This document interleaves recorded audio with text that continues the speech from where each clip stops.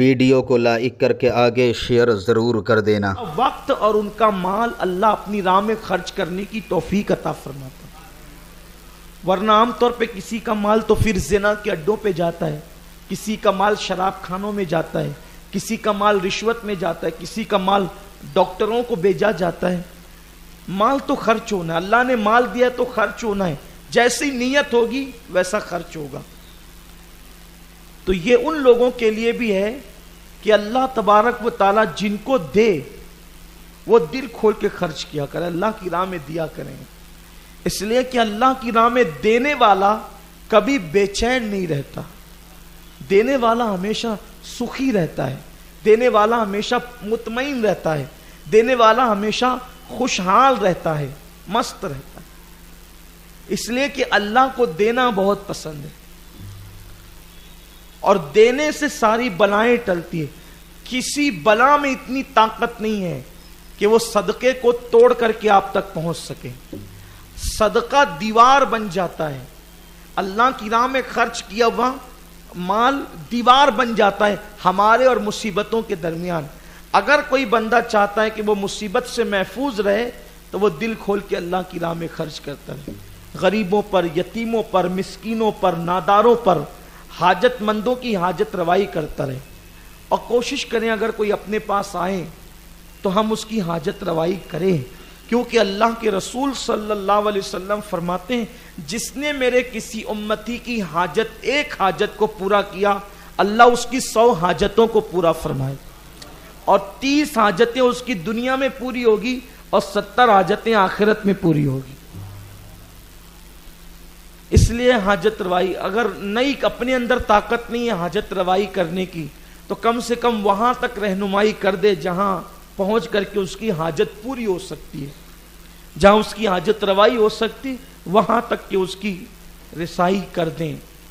وہ بڑا مشہور سا واقعہ ہے، آپ نے سنا ہوگا کہ ایک شخص حضرت عبداللہ ابن عباس حبر الامہ ان کے پاس آیا، اور آنے کے بعد کہنے لگا کہ حضور دیکھ رہے ہیں، سرکار کے مزار کی طرف اشارہ کر کہا کہ حضور دیکھ رہے ہیں، میں جھوٹ نہیں بول رہا ہوں، مجھ پہ اتنا قرض ہے کہ قرض والوں نے مجھے پریشان کر دیا ہے، میری کون مدد کرے گا؟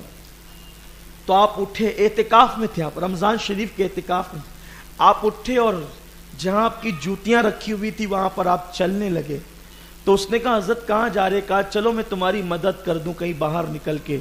تو کہا حضرت آپ کا اعتکاف ہے، باہر نکلیں گے تو اعتکاف ٹوٹ جائے گا۔ تو فرمایا کہ بات تو تیری صحیح ہے، اعتکاف ٹوٹ جائے گا، ٹھیک ہے یہ اعتکاف ٹوٹ جائے گا، آئندہ سال قضا کر لوں گا، لیکن اگر تیرا دل ٹوٹے گا تو اس کی قضا کب کروں گا؟ اور سن لے، میں نے اپنے آقا سے سنا ہے کہ کوئی اگر میرے امتی کی تکلیف کو دور کرنے کے لیے صرف چلے گا تو ہر قدم کے بدلے اللہ اس کو مسجد نبوی شریف میں 2 مہینے کے اعتکاف کے برابر ثواب عطا فرمائے۔ بعض روایتوں میں 2 سال بھی بیان کیا گیا ہے۔ بڑا شرف ہے، بڑی فضیلت ہے کسی کی امداد۔ اچھا ہم نہیں کر سکتے، اتنی اپنے اندر طاقت نہیں ہے، تو کم سے کم کسی تک اس کی رسائی کروا دے۔ ایوب علیہ السلام کا یہی حال تھا، اللہ نے دیا تھا تو لوگوں کو خوب دیتے تھے، خوب عطا کرتے تھے۔ آپ کی سخاوت کے چرچے اور عبادت کے چرچے آسمانوں میں بھی تھے۔ اللہ تعالیٰ فرشتوں میں مباحات کر فرماتا تھا کہ دیکھو میرے ایوب کو دیکھو کتنا شکر ادا کرتا ہے۔ اچھا شکر کا مطلب کیا ہے؟ صرف زبان سے الحمدللہ کہنا اس کا نام شکر نہیں ہے۔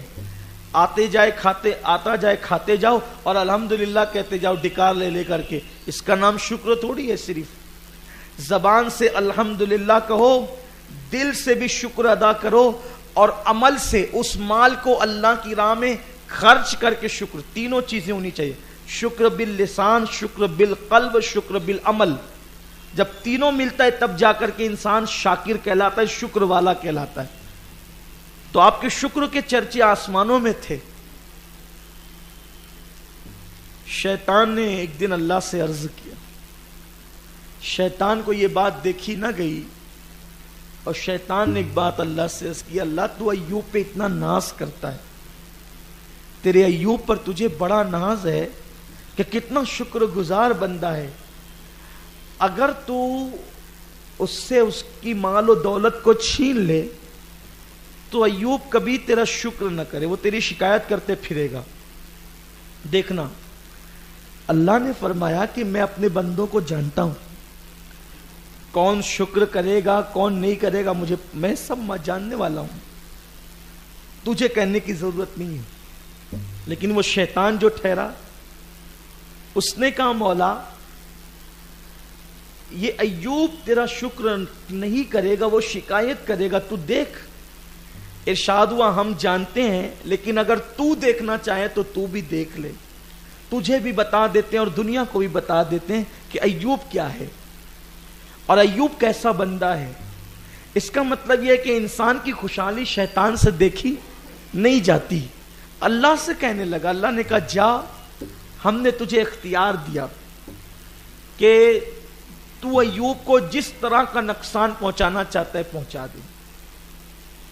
تو ایک منظر دیکھا لوگوں نے کہ ایوب علیہ السلام تو اپنے کام میں مصروف تھے، جہاں آپ کے مویشی، غلام، کنیز وغیرہ سب تھے، زمین کے اندر سے ایک آگ نکلی اور سب جل کر بھسم ہو گیا۔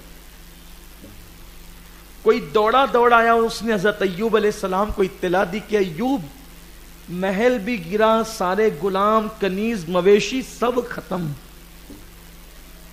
پلک کے جھپکتے پورا قصہ تمام۔ حضرت ایوب علیہ السلام نے فرمایا کوئی بات نہیں، اللہ کا تھا اللہ نے لے لیا، ہم بھی اللہ کے ہیں، ہمیں کیا اختیار ہے، بس اس نے دیا تھا تو اس کا شکر ہے، لے لیا تو صبر ہے، اور کیا۔ ابھی یہی بات ہو رہی تھی کہ کسی نے کہا ایوب زلزلہ آیا اور اس زلزلے میں آپ کے بچے دھنس گئے۔ اچھا مویشی چلے جائے، مال چلا جائے تو اتنی تکلیف نہیں ہوتی، لیکن بچوں کی موت کسے کہتے ہیں؟ اور ایک ساتھ ساتوں بیٹیوں کا مر جانا، ساتوں بیٹوں کا مر جانا، یعنی بالکل ایک یوں کہتے کہ پلک کے جھپکتے اچانک ادھر مال، مویشی، مکان وکان سب ختم، اور یہ کہتے ہیں کہ اس نے دیا تھا لے لیا تو بھی کیا کریں، اب سوائے صبر کے اور کیا کرنا ہے۔ اور ابھی یہی داستان ہی سن رہے تھے کہ فوراً دوسری روح فرسا داستان یہ کہ آپ کے سارے بچے مر گئے، زلزلے میں ختم ہو گئے۔ اب سوچو ایک باپ کے دل پہ کیا گزری ہوگی اس وقت، اس لیے کہ بچوں کا مر جانا، وہ بھی دب کر، ہڈیاں پسلیاں ٹوٹ جانا، جسم کو کا ہلاک ہو جانا، لیکن وار بندہ اور ناز بندگی اور شان بندگی۔ سیدنا ایوب علیہ السلام کہنے لگے ٹھیک ہے، اگر اللہ کی خوشی اسی میں ہے تو بندہ اسی میں راضی ہے، میری اولاد بھی تو اللہ ہی کی دی ہوئی ہے، اسی نے تو دیا، سب کچھ اسی کا ہے، سب کچھ اسی کی عطا ہے، اور اس پر بھی آپ چپ رہے۔ قدرت نے کہا دیکھا تو کہتا تھا ایوب شکایت کریں گا، زبان پہ شکوہ تک نہیں ہے۔ اس نے کہا مولا مال لیا، اولاد لیا، ابھی اس کا جسم سلامت ہے، ابھی جسم اس کا سلامت ہے، اس لیے وہ کچھ نہیں کہتا۔ ارشاد ہوا ٹھیک ہے، جسم کو بھی اذیت پہنچا لے۔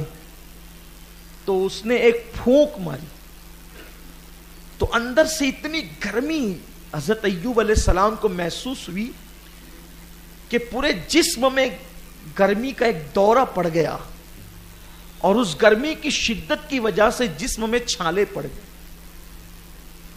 اور وہ چھالوں کی گرمی سے بھی قرار نہیں آیا تھا کہ کچھ دنوں کے بعد وہ چھالے پھوٹنے لگے، اور چھالے پھوٹنے کے بعد پورا جسم گلنے لگا، اور جب جسم گلنے لگا ویڈیو تو اگر اچھا لگا ہو تو لائک کر کے آگے شیئر ضرور کر دینا۔ اس جسم میں کیڑے پڑنے لگے۔